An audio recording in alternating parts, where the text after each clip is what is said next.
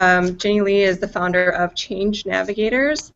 She's based in Atlanta, and she's a certified consultant with Harrison Assessments, Change Diagnostic Index. She's presented at the National MNISPI Conference and is just a wealth of knowledge, so we're excited to have her. And we're also excited to have Dr. James Grady, who has founded Pivot Point Business Solutions, which helps people with their performance and organizational change. So I will let them take it over. Welcome. Okay, we're gonna have.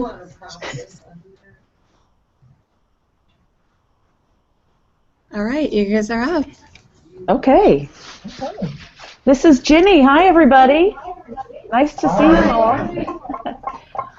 It is very cool to be part of your first virtual presentation, and it's one of my first as well, so we're learning together, but makes me feel like I'm finally getting up to speed. Listen, wanted to let you know, and John, the chapter president in particular, we've been working with Mila and Arnold. I never would have guessed they were greenhorns in our industry. They've been so helpful in getting us going for today. So you guys are blessed with obviously a really good board and a bunch of really great members. So do we have the door prize slide up on the screen?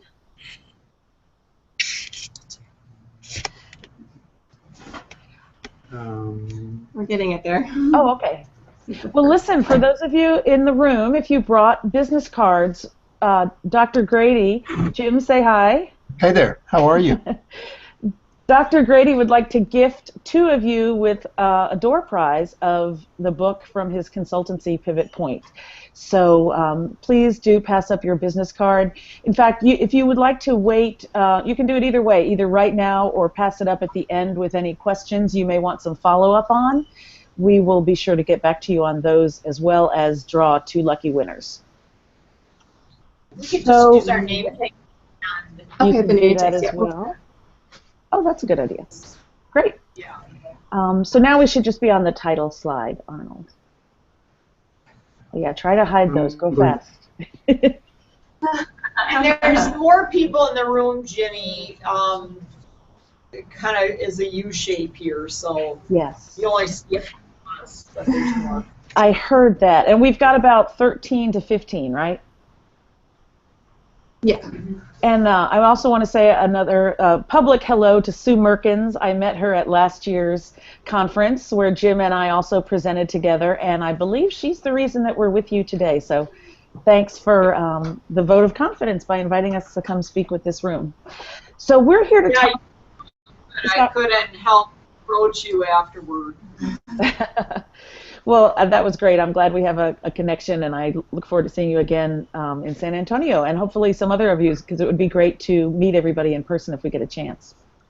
So we are going to talk about upfront analysis. How's that working out for you? That's our title slide, Arnold.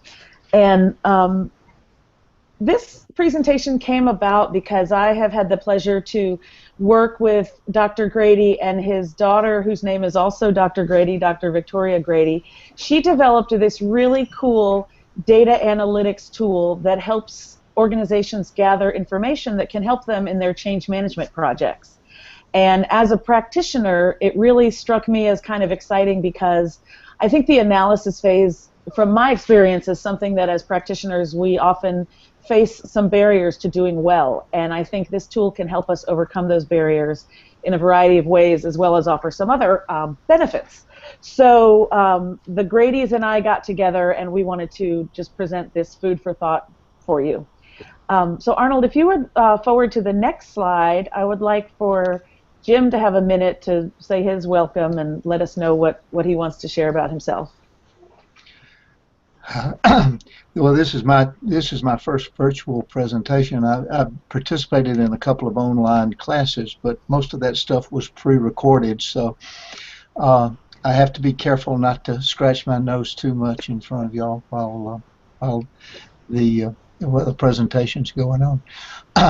I'm actually by training an oral and maxillofacial surgeon, and if you wonder how I got interested in behavior, which is going to be what I'm going to talk about tonight, I can say that there's no place better to learn and see various forms of behavior than standing over a chair in an oral and maxillofacial surgery office. And it's been my avocation for 40 years to study behavior, and I will leave it at that point now and say that other than that, in the last 5 years, my daughter and I have written one book. We've published 9 peer review articles in major journals, and we've made presentations in about 23 or 24 different professional and academic venues. So the intention tonight is to give you a little bit of a background into what we've done and what we've accomplished with what we've done, in hopes that maybe you'll learn something as a result of that. So with that, Jinnie, why don't I turn it back over to you, and let's proceed with our program. Yep. I imagine we'll probably learn things as well. So the next slide is what's analysis got to do with it. And you know, I wanted to say that one of the things we think has been great about our opportunity to work together is that Victoria brings an academic perspective, I bring the practitioner perspective, like all of you in the room, and Jim he kind of brings everything that pulls it all together, including real-life experience leading teams and organizations, as well as his passion for observing behavior that he's shared with you. So we hope we're bringing a well-rounded picture. So I want to start by framing this around the analysis phase of a performance improvement project. So Arnold, if you look to our next slide, I have found that it's very important to define what we're talking about, because I had an experience actually with the Grady's, and I've had it elsewhere. Sometimes you collaborate with people that have been using the same terms in different ways than you have. And so it's possible that the folks in the room will already have this shared understanding of what we consider to be analysis, but I did want to start by making the definition. And so analysis, from the dictionary definition, has to do with examination, investigation, detailed, you know, sort of gathering data as it references with statistical analysis. And Arnold, if you'll go to the next slide, I want to be clear that when we say analysis today, we're talking about those investigation type activities that are performed during a phase of the project life cycle. Like many of you in the room, I grew up doing ADDIE as an instructional designer. Actually, I shouldn't assume that many of you are the same way, because I didn't hear all the introductions, but that was my background: analyze, design, develop, implement, evaluate. And so when I say analysis, I'm thinking of that analysis phase that is up on the front end of a project that we would do as consultants or trainers or performance improvement folks. So how does that sit with the room? Does that resonate with everybody? Everyone's on the same page? I believe I should be able to hear you, so feel free to talk. We're having trouble hearing you because... Okay. The audio is picking up. Is it anything maybe at your end, or you think it's our end? No, and I'm hearing her just fine here because I'm in a quiet room. I think it may that you need to keep the room as quiet as possible. Otherwise there's conflict here. I'm hearing her loud and clear over here. Well, and listen, my requests may have put us in an awkward situation as far as audio goes. If you need, because I had requested to see and hear the room if possible, but if that's not really a good idea, then feel free to. Yeah. So we're gonna let me know. We use our 800.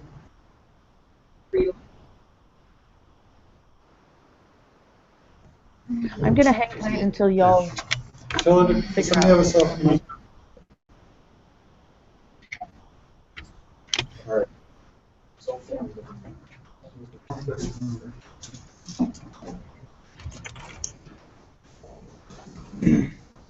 Mila, if you can hear me. I have it. Yeah. You can use mine if you want. We have an 800 though. Sue has a. Do you have a conference call number we can use that's free? Oh, so that then they don't have to pay anything, you know. Maybe other participants, is there anyone else on the line? Every conference call number. Yeah, we have the free conference call number, so, but it looks like eLearning Joe is online, so we'll have. He is indeed. If you give me the number to call, I can call them. I don't know if you. You can hear us, right? Okay. They can hear us. Okay, so here.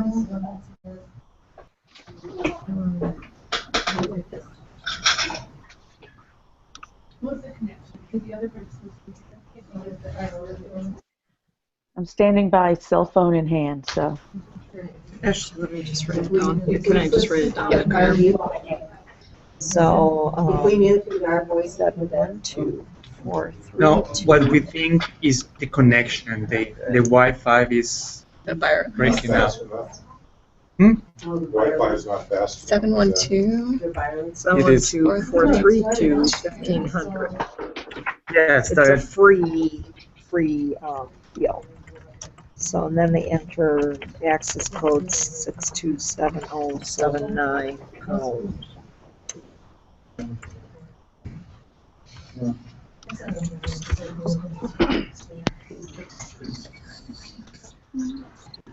Can you repeat that number slowly? I see it in the never mind. Can you see it in the chat?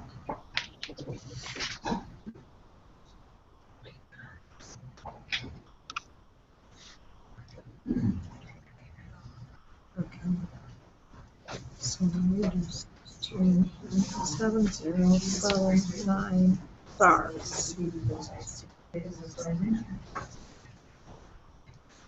This is disappointing. It's going so well. Sumer piece. Oh, good. Hi, Jinnie. Okay, I'll put you on speakerphone.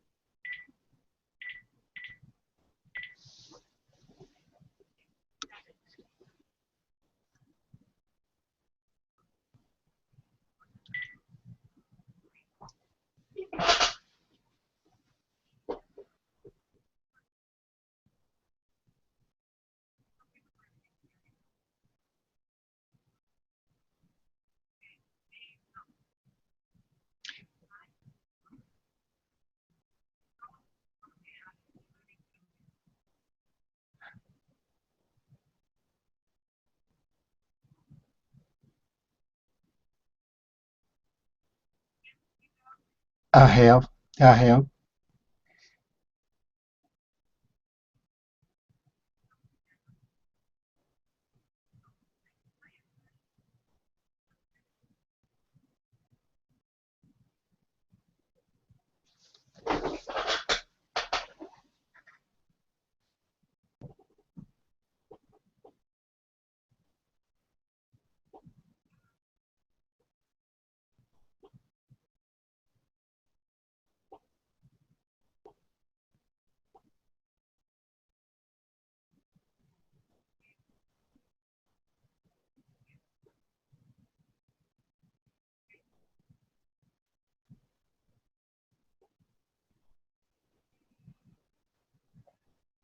And you can hear us too?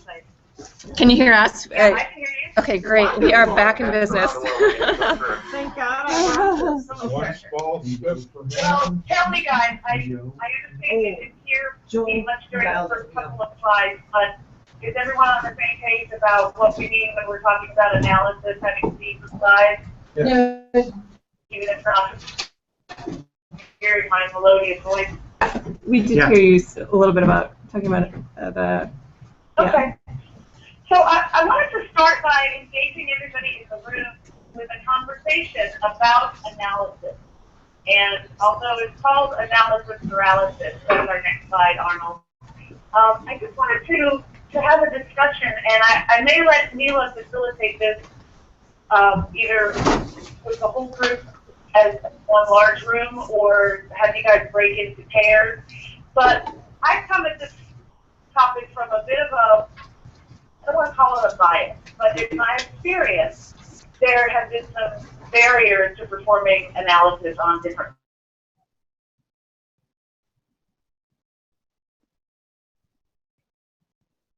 projects. That is the reason about these questions. What kind of barriers to analysis have you experienced, if any? Why would you bother to conduct an analysis before a project? What would you analyze if you were going to do so? How would you perform that analysis? And how would you use your results? So it's a little more difficult for me to hear what the room is saying under our new technology setup. So what I would suggest is that maybe you guys break into pairs, and each pair take one or two of these questions and have a conversation for a few minutes, and then Neela and Arnold can help translate your report out back to us. Okay. How does that sound, Neela? Do you think that would work? Yeah, I think we should work this time. Yep. First of all, my please. So this is the only person. Yo, This is the only mic. would you like to talk amongst ourselves? Actually, yeah, I'm not sure we should do that one. Yeah. Unfortunately. Chat.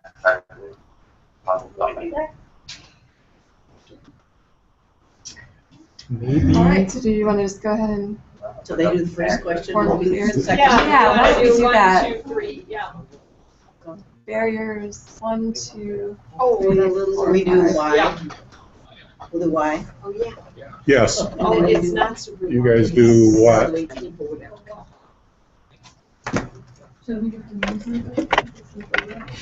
Susan and David would do why. And we've got Ann and Lindsay. And question 3. Right. And then how? Oh, we don't have to. Yeah, you two will be how. And what is the? How do you use it?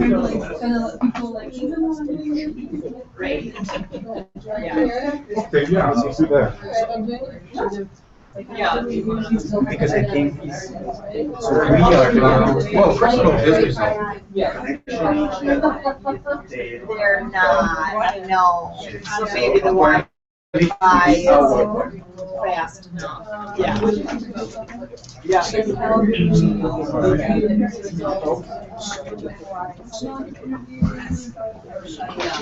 shall we, so they can listen to what somebody discussing? Shall we just talk here? Because they can hear from this microphone, we can just maybe repeat it. Okay. Don't know what they don't know. Right.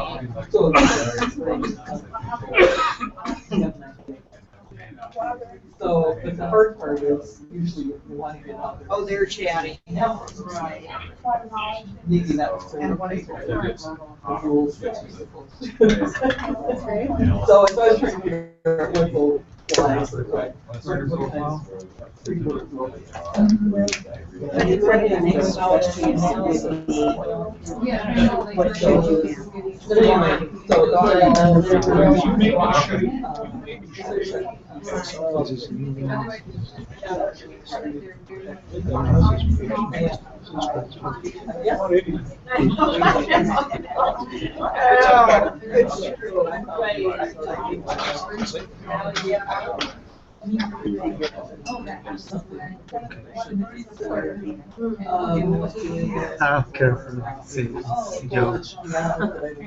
Which is true. Specifically around the screen. It's like, yeah, you're really. So they are discussing those questions.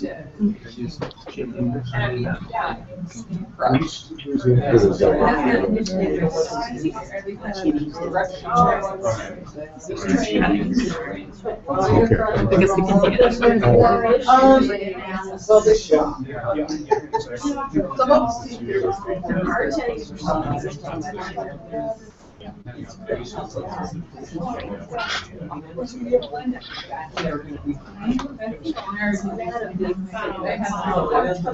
But it's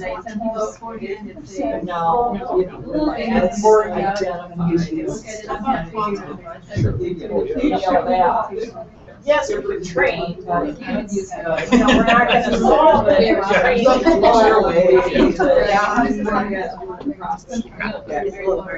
We didn't discover that right.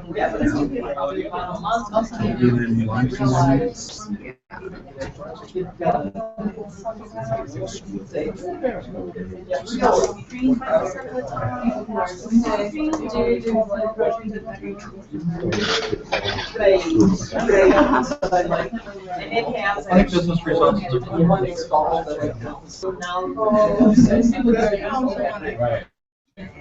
and they want to try 3 others first, and then they start what do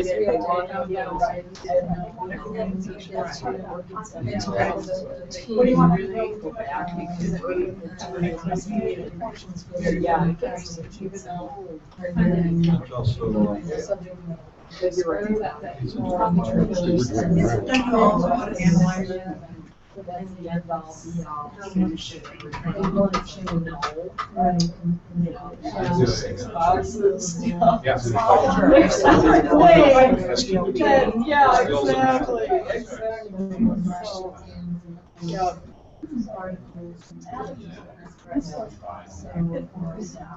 All right, if you guys are ready to share, we'll just go kind of down the line. Okay, great.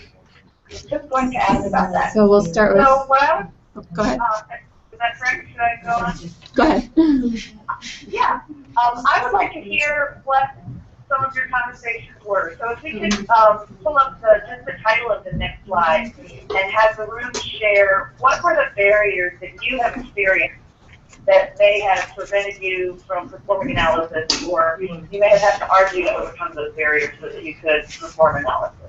What are some of the thoughts from the room? One of the big barriers. Could you type those into chat while they're talking in case I can't catch it all?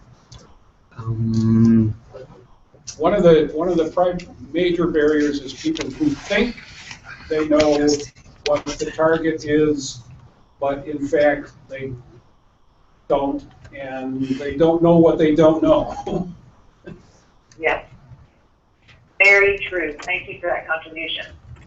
That's a biggie. Did you guys identify any others? Time, just lack of time. Yeah. You know, there's another valuable resource that can sometimes be posed as a barrier. As a consultant, I'm a lot of times brought in after the design has been accomplished to work through the just building it. Development. Doing the content development, but the constraints are kind of all in place, and the overall design's in place. okay. Sometimes there's a prejudice against doing analysis based on the analysis paralysis fear.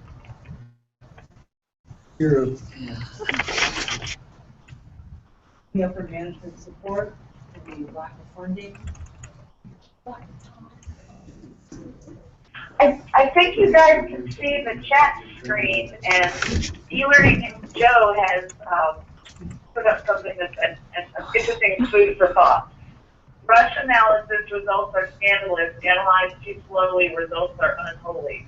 Analyze right, and you will take flight. Is that right? But it's specialty. I'm not sure that's editorial there. So what I heard in the room was a lot of the things that I have experienced, and I also want to ask Arnold to flip up the remainder of his slide to see what else we have on there. I think the first ones we talked about are those ones at the bottom where people either assume they know what the problems are, what the root causes are, or what the solutions are. And then I think time and money is also a big one. And I think a lot of times we have trouble educating our colleagues that there's return on investment, because it does cost time and take money to do analysis. So I believe that can be a barrier sometimes. Let's move on to the next slide, which is why bother to perform analysis if we have to overcome all these barriers? What did y'all come up with for that question? So in general, the general overall is that we'd like to know whether we're building a cabin or a castle. So what a great way to say it, yeah. That's from Susan. So we want to know first of all, what the reason is, what's the desired business results, what are the performance results that would get us to that, and with that, what the current gap is, and get a more detailed look at what the requirements are, and what the scope is, what the constraints are, what the expectations are. We stole from you, didn't we? Thanks. Yeah, it was very hard not to slip into the next one. It's really hard to stop from why to what. Yeah, you're right. You should just kick me. One thing I heard in the response was business results, and I think that's great because it's not uncommon for even managers and leaders to forget, the need for line of sight between the business goals and projects like training projects or performance improvement projects. Sometimes that connection gets lost, and that's a really important reason to perform analysis.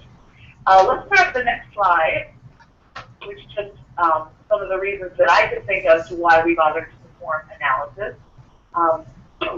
Definitely there's, I don't know what your experience is, but in some of my consulting experience stuff, I was taught how to do root cause analysis when I was sort of in consulting school being oriented, and then it doesn't always come up on real projects. It's so important to understand what the problems are and what's really driving those problems, and that you're not just addressing symptoms. And then there's also the need to avoid solution jumping on the other end of the scale. So just wanted to put up this list, and does anyone have any comments or questions, or have I left any list of why we bother to perform analysis? Page. I'm sorry, I couldn't hear that one. So that everybody's on the same page, that you're all agreeing. Yeah. It's often hard to do. So I'll be happy to share these slides with you guys afterwards if that would be helpful to you for your notes from our session. Let's go to the next one, Arnold, and go ahead and put up both parts of the slide. It's a little hard for me to hear, and I don't want to drag on our time by trying to facilitate remotely if that's not going to be effective. So these are again what I came up with.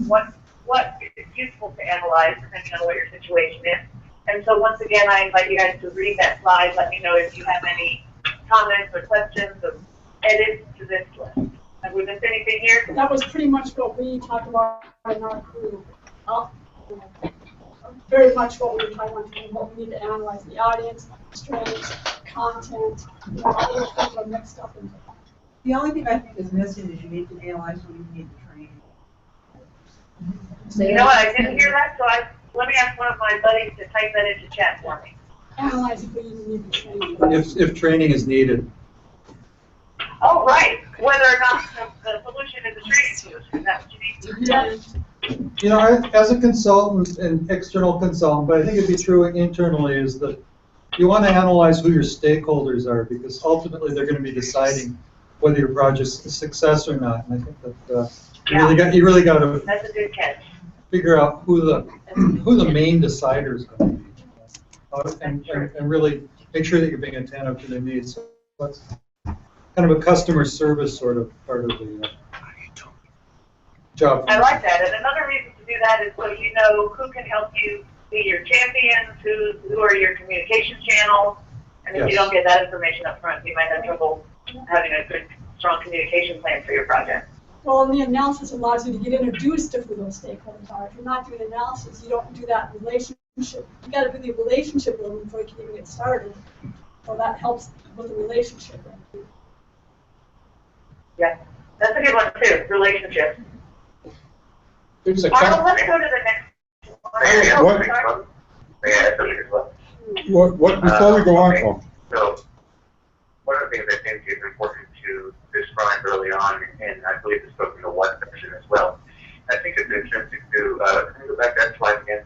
Intrinsic to several of the bullet points that you have on here. But one thing I don't see clearly laid out is what are we measuring exactly? I mean, as far as the ROI, cost benefit analysis, it's all kind of built into that. But in reality, we frequently are not defining what is it we're measuring exactly as the gap analysis, et cetera. I mean, if we don't explicitly say that that the objective will be met by these measures and that they will be measurable and testable, then there's no use in trying. I mean, we have to be able to see results, and that means we have to be able to not just use taxonomy to come up with the right verbs, but also to have very well laid out what our testing portion would be, whether it's throughout the whole thing or at the end. It doesn't matter, but it has to be provable that it's actually working.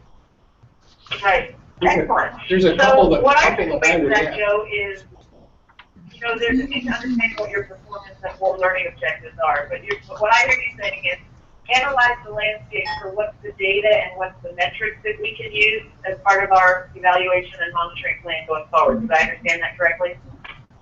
Yeah, pretty close. There's not really any analytics that are happening in most cases.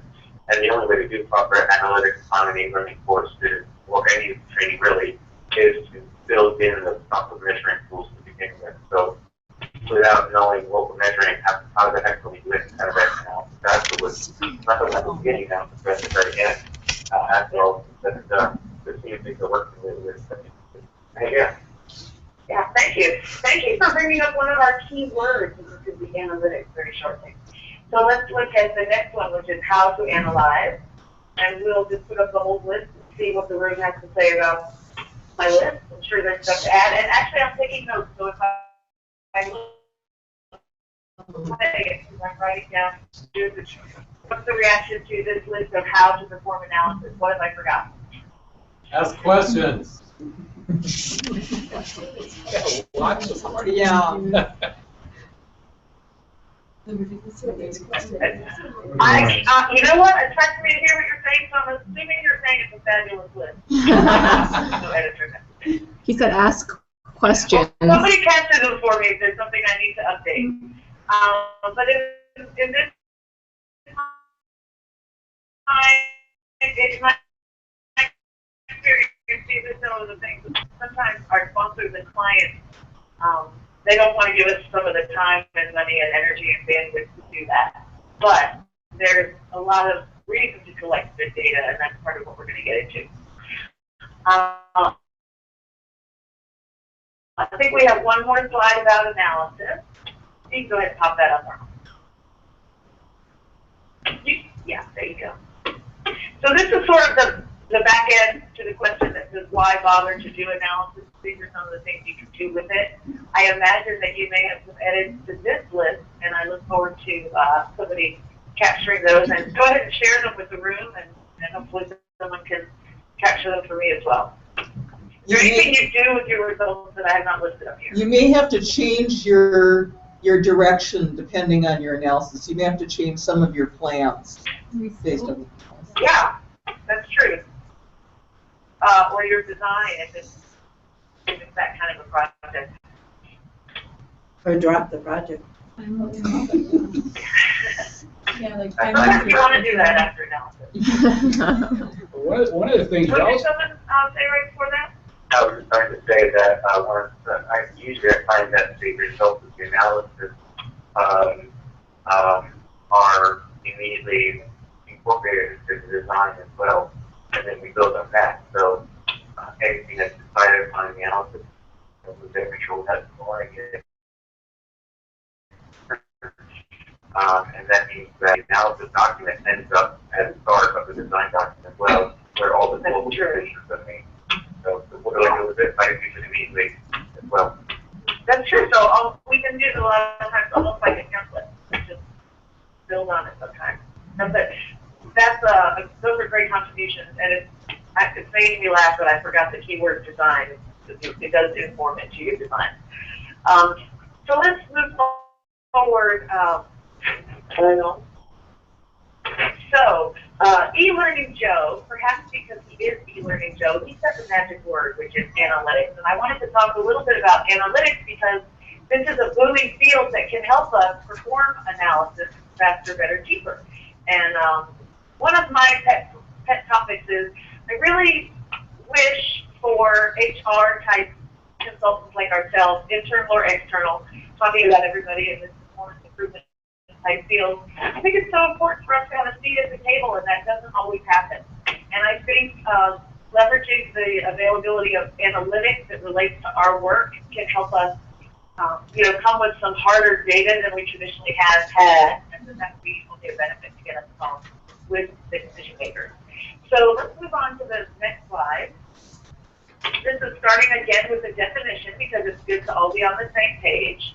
Analytics, actually, I can't open a single magazine in our field lately without seeing at least one article about analytics and how it's being used in the HR type space. Workforce magazine, CLO magazine, every single one I can think of lately. That's all mentioned analytics, so you guys are probably familiar with it. Also, colloquially, we call it big data, data mining, but this is large bits of information that we can get from the systematic analysis of data or statistics. And it's actually, in some cases, it's gotten to the point where we have so much data that it's hard to make meaning out of it. It's hard to use it as actual information. But there are a lot of benefits to analytics, and it's being used all around us. Arnold, if you'll go to the next slide, we'll work our way through a few examples. One of the first and most prevalent examples that I could think of was Google Analytics. And as you're probably aware, some big brain somewhere is tracking absolutely everything you do on the internet, whether it's Google or some other service provider, whoever your web provider is. But what they're doing with this information, actually they've been doing it in marketing for a long time, as you also know, is gathering not only our demographic information, but then matching that to our behavior online, and using it to make decisions and drive our future behaviors as we go forward, as well as use it as opportunities to look at what we're doing and decide how to react to us so that we will react to them. I'm talking about merchants and vendors, basically everybody that you interact with online on Facebook. So Google Analytics is one example of, I have about 4 here, I think, so let's go to the next one. And I'll invite you guys to chime in after we flip through these 4. Example number 2, Arnold, is Obama's election. And actually, the first thing that I want to read to you here, some of you may know, Obama's election was quite groundbreaking in the way that they use analytics. Well, I flipped to something that I want to read here. And we're getting a lot of static, Jinnie. I think you're rubbing against your mic or something. I think you're right. I apologize for that. So this is a quote from people who started the company that worked with Obama's data effort in the 2012 election. And is that better, Joe? Is the static on?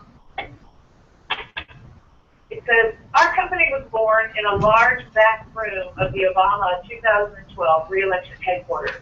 We called it the Analytics Cave. From millions of data points, we constructed the most accurate voter targeting models ever used in a national campaign. We predicted the election outcome in every battleground state within 1 point, and our work guided decision-making and resource optimization across the campaign. This company, which is called Civis Analytics, this company is our next step. We are taking our team outside the cave to solve the world's biggest problems using big data. So this is a consultancy that not only got their feet wet with the Obama campaign, but really mastered the technology of analytics, and they're using it in other ways in the marketplace. But to me, that was another example of how this revolution is going on all around us. And luckily, it's coming to our field as well, a little bit slower than others, but here's a quote about how analytics can be used in talent management. And I think what's important about this quote, and I'll be quiet and let you read it in a minute, but what's important is that for us, analytics is starting to become predictive, not just reporting data. And I think that is where the power starts to come in.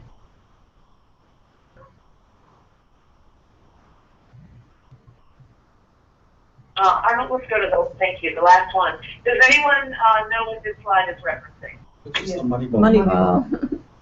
Moneyball. I mean, when I thought about the fact that big data is being used to make decisions about which sports players to hire and how to improve the performance of the Great American Pastime, to me that was just another really telling example that analytics are pervasive, they're here to stay, and part of our professional literacy and being good at what we do is getting comfortable with analytics and figuring out how to harness it so that we as the people who help our companies or our governments manage their biggest expenditure and their biggest opportunity for performance improvement. Analytics is really one of the ways for us to go. Are there any other great examples that weren't mentioned here that the room would like to toss out in terms of analytics, swimming in analytics?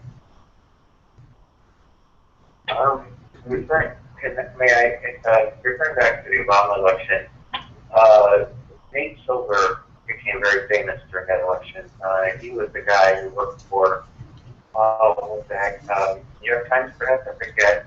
But he had that website, 521.com, something like that, where he was predicting, not just this election, but the election before, and I believe the election before that, he was very accurate in predicting what the election results would be. And he had a lot of pushback from people who say, no way, and yet his prediction came true almost to the T. And it was all based on his analytics. And so besides the one you mentioned, I believe Nate Silver, what numbers you have, and it doesn't matter what spectrum you're on, but the guy's genius when it comes to analyzing data and predicting results. Yeah. And that has definitely changed the political landscape, just like it's changing all the other marketplaces. There's no election that doesn't rely heavily on that anymore, because it's just super valuable information. What about Minneapolis? Do we have any data analytics that you've run into in your experiences? I've had some with maintenance of equipment where they're using how many days of equipment do they have in the warehouse to guide their priorities for which equipment gets repaired and put back into the warehouse, and some things like that. Yeah. And another whole That's area, a good example. That's like from the operations side now. That's right. A great example. Right. And so it's driving what the greatest need is.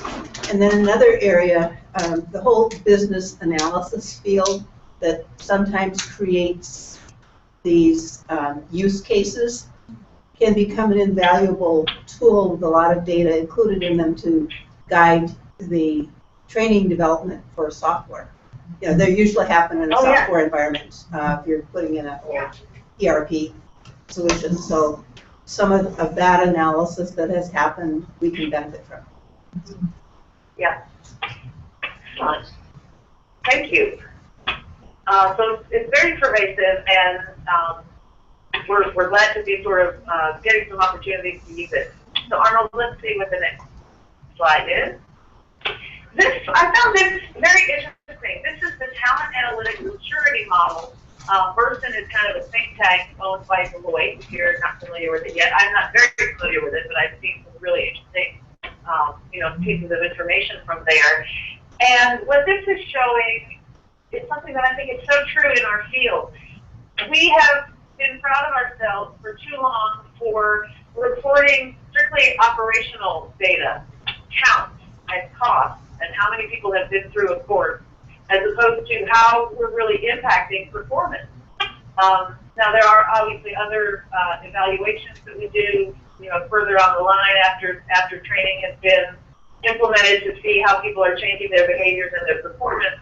But from the analytics perspective, I would argue that most of us in performance improvement or in training have been stuck in the operational reporting, and that's part of the reason why that doesn't make us look valuable to the CEO table. Because we're perceived as a cost center and a place where they have to make investments and they're not seeing clear return on those investments. So if we can move ourselves up the scale to start getting to strategic analytics, which you can see many businesses are making that leap, only 4% have really gotten into predictive analytics, and that's where some of the power comes. That's where a lot of the power comes, when you can predict how things are going to go or how people are going to behave. Then that's the kind of conversation that gets a seat at the table. So that's just food for thought. Arnold, let's see what's next. So with this, I just wanted to transition from this general conversation about the challenges that have to do with analysis for those of us in this profession, the fact that analytics can help us. And I'm so excited to turn over to Jim now, because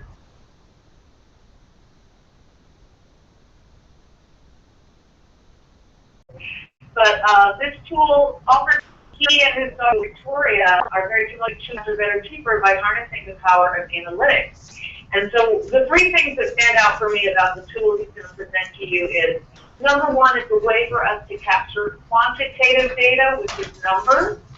I find also, as a person from the training and consulting side, a lot of our data is qualitative. It's subjective case studies and testimonials and things like that that don't always carry as much weight as the numbers do. So I think numbers is important. Number two, it marries the science of attachment theory, which psychologists have known about on the individual level for a long time, to performance theory, where we're worrying and thinking about and figuring out how to improve how organizations work as groups. And I think you can't disassociate the individual from performance theory, because what happens in that case is you start hearing things like, our change management efforts fail because people aren't good at change.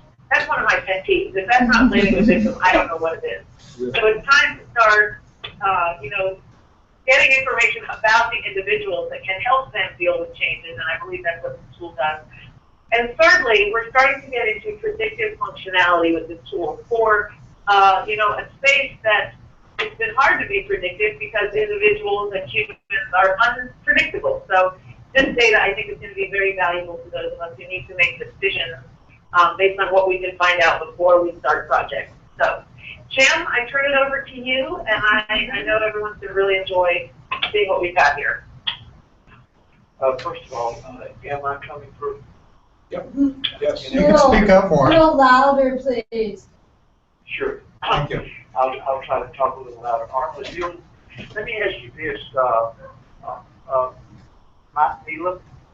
Yeah. Approximately what times does the group normally expect to be through with this stuff? 8. We have the room until 8. Yeah, we have the room until 8 Central. No, 8:30. 8:30. Okay, so about wrapping up at about 8. And typically we end at 8. How much time do you feel like you need? Half hour? We don't have to be out of here until 8:30, so if you need to go a little longer than 8, that's just fine. Okay. Well, I think that's fine. We've got plenty of time to cover what we need to cover here. On the next slide, we're going to talk a little bit about one aspect of big data that's available. I could talk to you about culture. I could talk to you about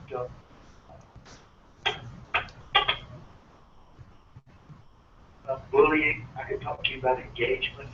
But I can't at this point in time.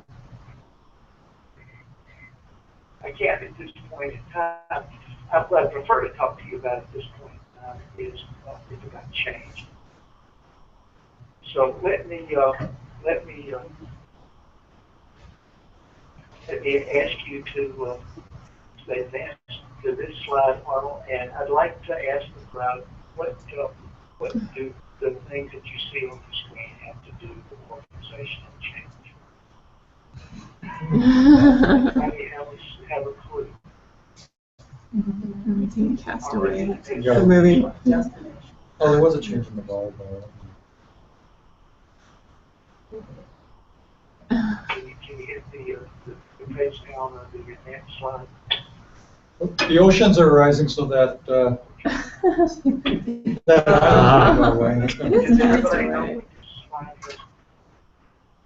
That was the movie with Tom Hanks. Tom Hanks. Oh, okay. I am now. I never saw. It's a good movie. Tom Hanks. That everybody has a tendency, it's a natural tendency, we're inborn, and we carry with us all of our lives the necessity to attach to things to give ourselves a sense of security. They can be other individuals, or they can be inanimate objects. But if you'll remember Castaways, the Tom Hanks character attached to the body named Wilson. And it was a very, very traumatic event when he, at the end of the movie, became separated from his source of attachment. Next slide, please. What I'd like to do at this point is show you where this our thoughts on attachment and change came from. The first thing that we noticed is that there is a reaction in the workplace when things cause of attachments to those things, that there's a reaction. There's a reaction when leadership changes, when we change technology or equipment, or when we change a business process, we change an office space or nearby space. One of the more interesting things that we discovered is certain things are so abstract you don't really think that they would have a profound effect. But in fact, something that is innocuous in an office space.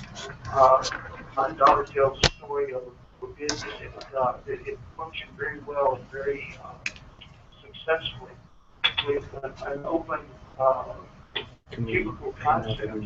And because they got so successful, they decided to move into a new space and they separated all the cubicles into offices. They put up walls, and all of a sudden the office, the whole organization began to fall apart. And the final decision was that there was a certain amount of cooperation, there was a certain amount of communication, a certain amount of talking across boundaries that took place in the cubicle that couldn't take place in the office environment where walls were there. They provided communication. So they took down the office walls and they put themselves back into became functional. The reason that they got dysfunctional during that period of time is because the individuals in the organization began to experience a certain amount of either anxiety or frustration. They began to have some experiences of they didn't like the environment that they had, and they resented it and it created anger. They stopped caring about development because of the loss of relationships. They quit participating, and there was a big turnover that occurred. And so what we did is we noticed that these symptoms, individual symptoms, were actually in infants that were living in Romanian orphanages right after the Second World War, and the symptoms occurred in infants every time a caregiver was changed. So an infant, the caregiver may have 6 or 7 infants that they were caring for. The caregiver was promoted, or when they changed, or when they left the family home, the infants would go through a series of symptoms that related very closely to the 6 years. And what my daughter did was she related those symptoms to the organization began to individual productivity. Or what happens in an organization. This was the origin of what we did. It started from changing the workplace when certain things that people were familiar with and had formed some form of attachment to produce individual symptoms, which then collectively resulted in organizational symptoms. But identifying the symptoms themselves didn't really provide very much information. So if we'll go to the next slide, Arnold. We're going to take 1 second. We're going to switch to the different speaker real quickly. Okay.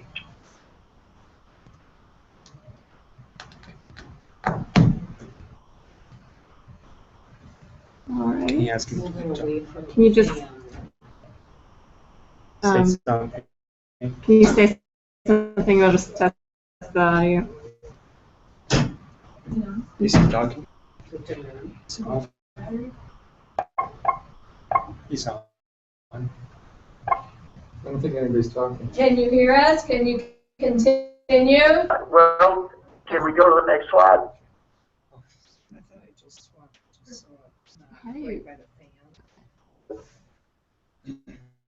Can you hear me? Yep. Yeah. Oh.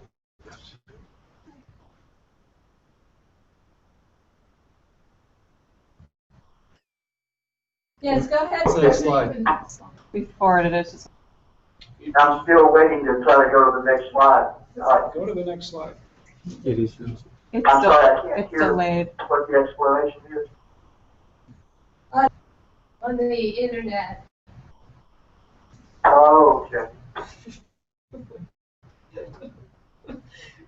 So, well, when we go to the next slide, what the next slide is supposed to indicate is that, that there is, we've identified certain mitigation techniques or certain interventions that we can use to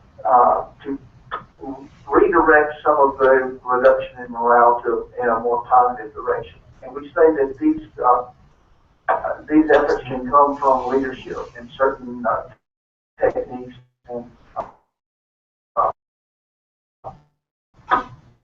certain we found that certain education programs and certain training activities can reduce the problems with productivity. We feel like that oftentimes. Okay, I'm gonna try again. I totally lost my slides now. Yeah, we did too. We're working on it, so just continue talking, please. Okay. So in any case, then communication seems to improve the problems with conflict. Coaching seems to improve problems with motivation. Working with trying to get employees more engaged seems to assist in absenteeism. And looking at job satisfaction and commitment is a way of beginning to reduce turnover. At least these are points that we find are universally useful, and certainly not the only way of reducing these particular problems, but it's ways that seem to have a very positive benefit. So going to the next slide, which was entitled "A Variety of Tools and Methods that can be used to ID and measure attachments." We've identified certain tools such as observing the coffee room, hanging around the water cooler, or the credit machine, or the coffee machine, doing interviews with employees and focus groups. We have certain quantitative tools that can also provide information, such as social network analysis, personality assessments, and attachment assessments. But generally speaking, what we have done is we have used this information to create a change diagnostic index. Do we still have the slides up? Because I'm totally lost everybody. We don't have the slides, but we can hear you fine. She's working on getting the slides. Jim, oh, sorry, Jim. I am not entitled to any of your time because I'm sure I went over, but I wanted to just jump in and share what I love about that slide we just saw that shows the connections that Victoria has made between things we lose when change happens in the workplace, and then how individual issues with those losses aggregate into the organizational system. That's one example of how this tool brings the predictive nature of analytics to us. And the other thing that I think is really powerful is the part we didn't get to see yet, which is the organizational system matched to which types of interventions. I would argue that even though all of us are great practitioners and we make very smart, educated guesses, sometimes we are making guesses as to which interventions will resolve which type of organizational problem. And I like having this science I like having this science behind some decisions about which interventions and mitigations to pursue. And I also like the use of a tool that can help us gather enough data that we have critical mass of data to make those decisions on, instead of on maybe a few verbal focus groups or interviews that we've been able to do. So as a practitioner, that's my perspective about why this is exciting. And that, if anyone has any comments or observations about that, let me know if you agree or disagree. Okay, it looks like we're about ready to come back online. Slideshow. Yeah, that would be our now, but for whatever reason. Okay. Mentioned that the search tool that am I still coming through? Yeah. Voice is fine. That's perfect. The tool that we developed basically put it online in 2009. We surveyed somewhere between 7,000 people at this point in time in 41 organizations, 33 languages. And we've done industries that include commercial, government, healthcare, higher education, K through 12 education, nonprofit, and security and military. We've done projects that include business process, hardware implementation, leadership changes, organizational snapshot, software implementation, and strategic planning. So the slide should be back up now. And basically speaking, what we're trying to do with the change diagnostic is to try to, like Jinnie said, we're trying to look and we're trying to find what's lurking beneath the surface. And sometimes it's nothing but the body of the iceberg, but other times there are other creatures that are lurking down there that may be as ominous or more ominous than what we perceive as the extension of the iceberg. And that's what we're looking for with the change diagnostic intake. We're looking for targets that will allow us to be cost effective in the application of our resources to try to get the organization moving forward. So if we can go to the next slide, let's go right on through that to a case study, and let's do a couple of cases that we have time for. And rather than go through this particular slide, let's go to the data slide. And what I've done is I've detected two towers that were both related. Phase one of phase analysis of pediatric clinic that was on the verge of implementing a new software. The software program has been announced. We prefer to do the baseline before it's been announced, but in this particular case, we did the baseline analysis about 4 or 5 days before the new software was implemented. It had been announced, and there was a certain amount of just above the office. The red line that you see in the diagram is what we call the alert line. If any of the bars graphs reach the alert, and then we pay more attention to that than we do as long as they're below the alert line. And the further below the alert line they are, the less concerned we are. The blue bar is the office as a whole, and the yellow bar is the nursing floor. Now understand that the higher the barcode, more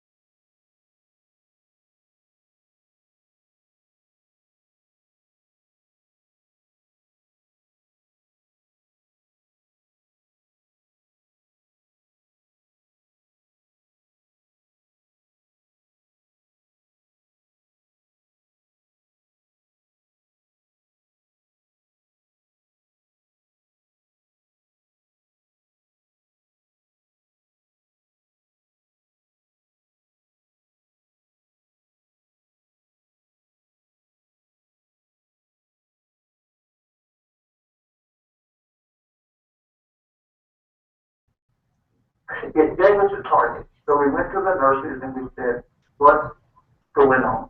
They didn't want to betray any confidence because the office didn't go work together with this. We're a team with all these positives. But what we eventually found out in this pediatric office was that the part of the software program that was controlling the shot records of the kids that the office was seeing wasn't reliable. If they went to the software, if a parent came in and said, my child's passed right to a new school, I need a copy of my shot records, they couldn't provide that on a consistent basis, on a reliable basis. And so the nurses were totally out of sync with being able to function in a normal way. That's one of the key factors in any office, any pediatric office, having shot records that are immediately available and accurate. And so what the survey did is it identified that